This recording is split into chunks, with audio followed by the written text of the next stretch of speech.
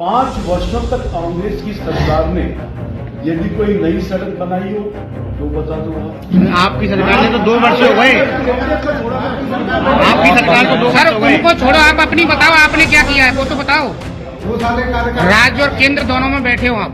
धौलपुर के लोग तरसते हैं। तो तस्वीरें आपने देखी, जरा तस्वीरों को मैं डिस्क्राइब कर देता हूँ, दोबारा से भी तस्वीरें आपको दिखाता हूँ। तस्वीरों में अशोक परनामी जी हैं, मंत्री जवाहर सिंह बैढ़म हैं और भी बीजेपी के अन्य पदाधिकारी हैं और पत्रकारों के सवाल हैं और सवाल के जवाब में परनामी जी जो है पन्ने पलटते हुए दिखाई दे रहे हैं। जरा एक बार फिर से वीडियो देखिए कि परनामी जी क्या बोलते हैं और जवाब उधर से सवाल क्या आता है और सवाल के जवाब में भी परनामी जी को कैसा करना पड़ता है, कोई जवाब नहीं दे पाता। तस्वीर एक बार फिर देखिए। सड़कों का बेहाल। 5 वर्षों तक कांग्रेस की सरकार ने यदि कोई नई सड़क बनाई हो तो बता दो आपकी सरकार ने तो 2 वर्ष हो गए। आपकी सरकार को 2 वर्ष हो गए। उनको छोड़ो, आप अपनी बताओ, आपने क्या किया है वो तो बताओ। उसको गए हुए 2 साल हो गए। 2 साल हो गए सर उस सरकार को जाए हुए। आपको आए हुए सत्ता में 2 साल हो गए सर। राज्य और केंद्र दोनों में बैठे हो आप। धौलपुर के लोग तरसते हैं। भजनलाल सरकार के जश्न के 2 साल की उपलब्धियों को लेकर प्रदेश सरकार के मंत्री जनता के बीच दस्तक दे रहे हैं। पत्रकारों को ही वो उपलब्धियां नहीं गिना पा रहे हैं सरकार के मंत्री। अशोक परनामी जी बोलते हैं कि हाँ भाई, पिछली सरकार के कार्यकाल में सड़कें नहीं बनी, जो बनी उनका कोई वो नहीं है, बता नहीं सकते कितनी सड़कें बनी हैं। उधर से जवाब आता है कि आप 2 साल के कार्यकाल में कितनी सड़कें बनी हैं उनका हिसाब बता दीजिए। और इधर से फिर परनामी जी पन्ने पलटते हुए दिखाई देते हैं। बगल में जहाँ मंत्री जी बैठे हैं जवाहर सिंह बैढ़म जी, मुख्यमंत्री के गृह जिले से ही आते हैं, भरतपुर से आते हैं, गृह राज्य मंत्री हैं, वो भी बगले झांकने लगते हैं। तो क्या जो 2 साल की उपलब्धियां भजनलाल शर्मा जी जो मुख्यमंत्री जी हैं, वो जो मंचों के जरिए जनता के बीच अपनी बात रख रहे हैं, उनके सहयोगी मंत्री वो बात आखिरकार जनता तक क्यों नहीं पहुंचा पा रहे हैं?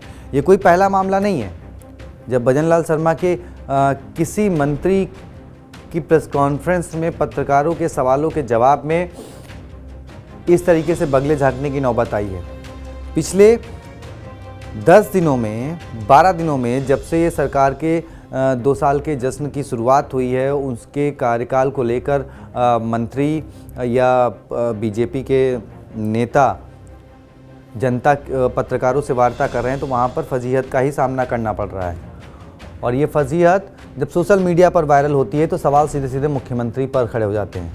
दावा किया जाता है कि अशोक गहलोत के 5 साल के कार्यकाल में उतने काम नहीं हुए जितने भजनलाल शर्मा जी ने 2 साल में करके दिखा दिए। लेकिन जब जवाब देने की बारी आती है कि हाँ भाई वो कौन से काम है, जरा हमें भी तो बताइए।